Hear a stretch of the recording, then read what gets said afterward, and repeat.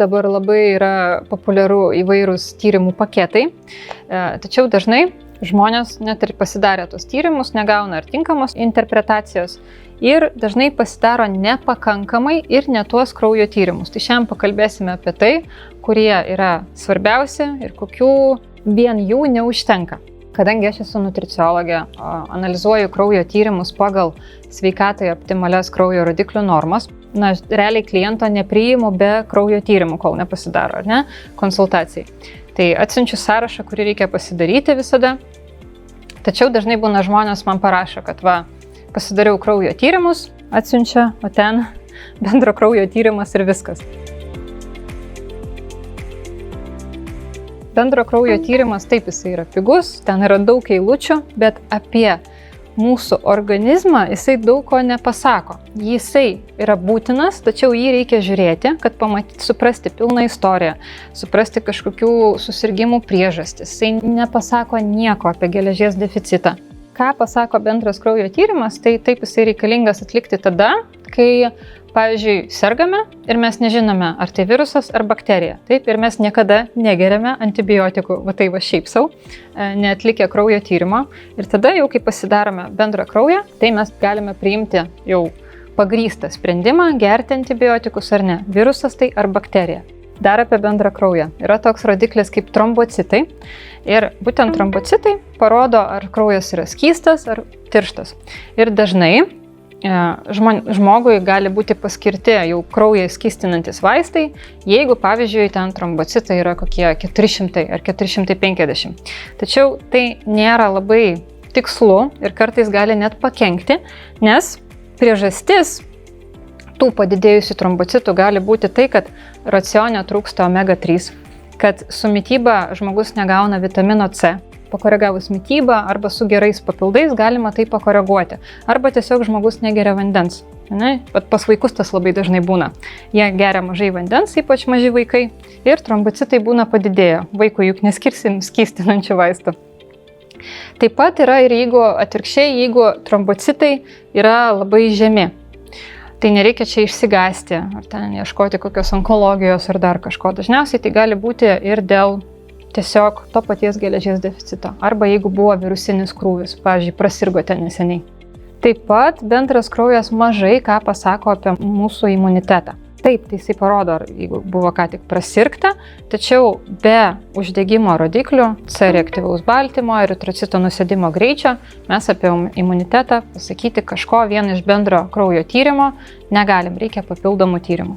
Jeigu norite išsamų kraujo tyrimų sąrašą, galite atsisiųsti PDF failę, nuorodą palikau po šiuo video.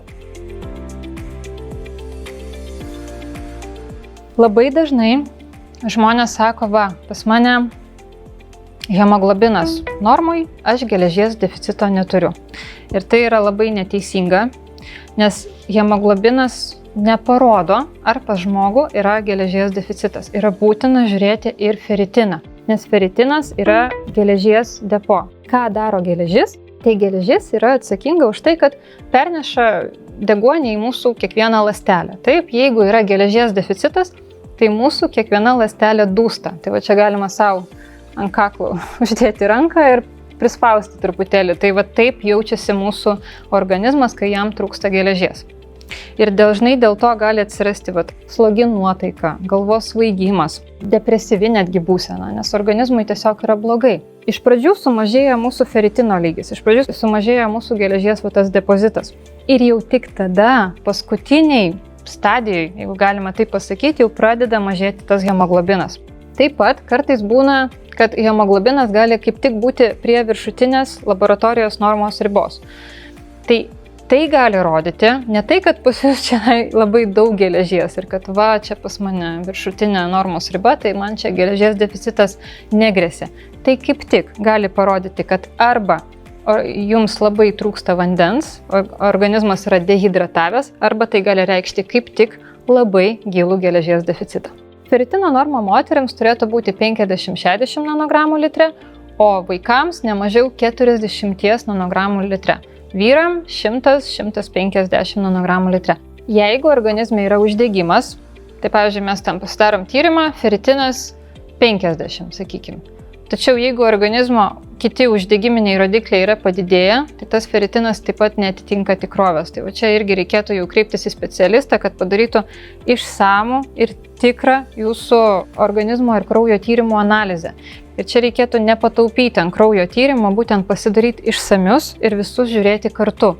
Nes kitaip mes gauname tik kažkokią dalį istorijos, kuri nenupiešia viso pilno paveikslo.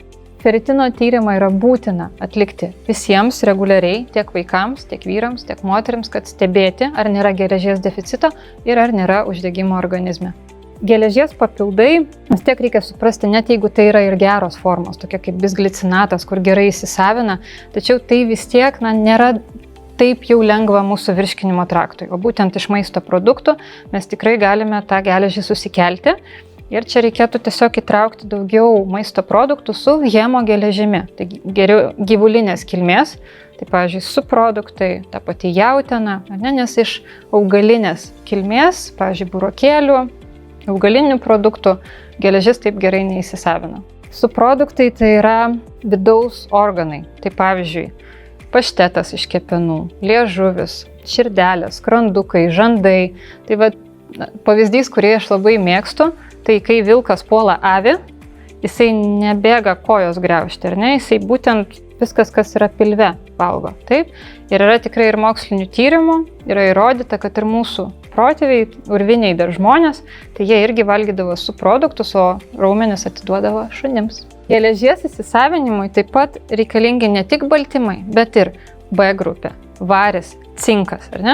Būtent subproduktuose yra viskas. Taip, dar papildomai prisidedam vitamino C ir tai yra pilnas rinkinys tam, kad geležis įsisavintų. Tai tiesiog yra mūsų kūnui, tai yra labai palanku toks maistas, nes yra lengviau įsisavinama geležis, nes gauname visus kofaktorius geležies įsisavinimui.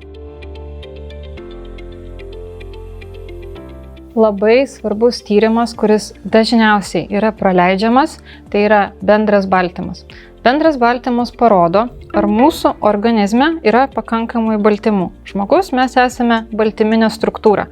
Mūsų ne tik plaukai, nagai, oda yra iš baltymo, bet ir fermentai, hormonai. Taip pat hemoglobinas ir feritinas yra baltyminės struktūros, gebančios prijungti geležį.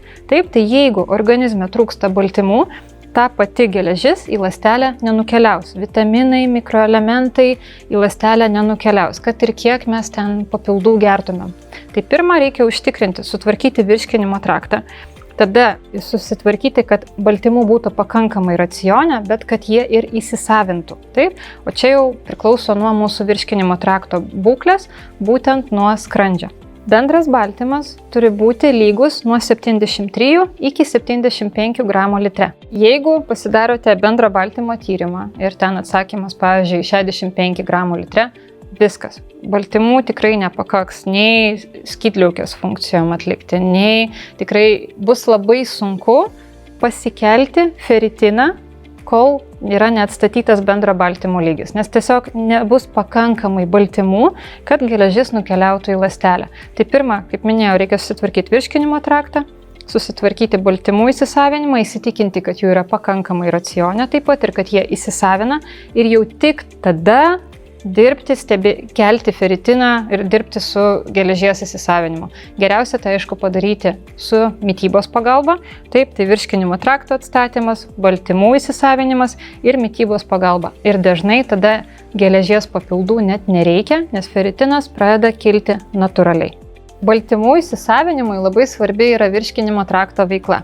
Apie tai, kaip savo padėti, už ką yra atsakingas skrandis, kepenys, tulžis, kasa, žarnynas, apie visą tai išsamei kalbu savo mokymuose nuo pilvo pūtimo iki rėmens, kaip iššifruoti savo simptomus. Tai 4 video paskaitos, taip pat išmokau savidiagnostikos, kaip analizuoti koprogramą, kokie papildai tinka, visą mūsų virškinimo trakto sistemą, kaip viskas susijungia į vieną. Nuorodą rasite aprašyme po šio video. Kitas labai populiarus tyrimas, kurį žmonės mėgsta žiūrėti vieną, tai yra gliukozė. Gliukozė parodo gliukozės lygį kraujyje momente. Tai pavyzdžiui, jeigu jūs iš vakaro išgerėt saldžios arbatos, nepraėjo ten 12 valandų ir jūs nuėjote pasidaryti kraujo tyrimą, jisai netitiks tikrovės, jisai neparodo ilgalaikio gliukozės lygio kraujyje, ar ne? Arba pavyzdžiui, jeigu prieš kraujo tyrimą labai jaudinatės, vaikam būna, jie bijo priduoti kraują ir tada visgi tą kraują paima ir gliukozė ten didžiausia. Ir mamos jau pradeda įtarti diabetą ar dar kažką, tai ne, tiesiog jeigu žmogus nervinasi arba jeigu jisai patiria didelį stresą, gliukozė tai parodys. Jeigu mes norime sužinoti daugiau apie mūsų angliavandenių apykaitą, reikia darytis glikozilintą hemoglobiną, kuris parodo gliukozę per 3 mėnesius. Va jau čia, jeigu žmogus klientas ateina ir sako, aš nevalgau saldaus, pasižiūri jo glikozilintą hemoglobiną, o ten 6, tai tikrai valgo. Ir jau tada viskas matosi iš tyrimo. Ir kartu insuliną. Insulinas padaro, kad gliukozė įeitų į ląstelę. Tai jeigu mes valgome daug saldaus, išsiskiria gliukozė, taip pat išsiskiria ir insulinas. Jeigu žmogus užkandžiauja nuolatos, pastoviai kyla gliukozė, pastoviai kyla insulinas, prasideda insulino rezistentiškumas. Ką aš dar dažnai matau, ypač tarp moterų klienčių, tai pavyzdžiui, gliukozė normoje, glikozilintas hemoglobinas normoje, o insulinas jau yra padidėjęs.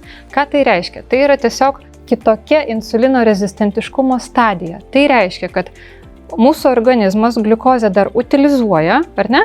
Bet mūsų kasa jau gamina perdėtai daug insulino ir tai yra pradžia insulino rezistentiškumo. Ir jeigu žmogus pasidarytų tik gliukozę, jisai to nepastebėtų. Jeigu mes norime išvengti insulino rezistentiškumo, cukrinio diabeto, tai reikia žiūrėti visus tyrimus kartu. Idealu tyrimus yra darytis būti nevalgius 10-12 valandų ir idealu būtent gliukozei yra valanda nuo atsikėlimo.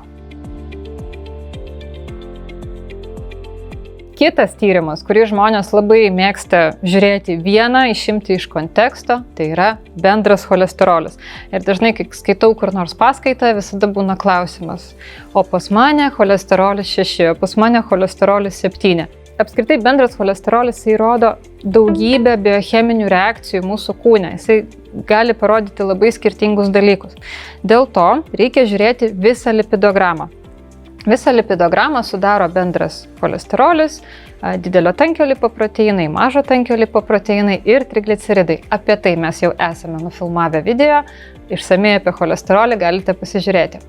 Tai jeigu, pavyzdžiui, pas žmogų yra žemi trigliceridai, pavyzdžiui, pusė, ir aukštas bendras cholesterolis, jokių būdų prie tokių rezultatų negalima skirti statinų, nes bus tik dar blogiau. Žemi trigliceridai jau reiškia, kad organizme trūksta baltymų, yra mitochondrinė disfunkcija, žmogui trūksta energijos ir tikrai, šiuo atveju statinai situaciją gali tik pabloginti ir reikia išsiaiškinti priežastį, kodėlgi tas cholesterolis padidėjęs.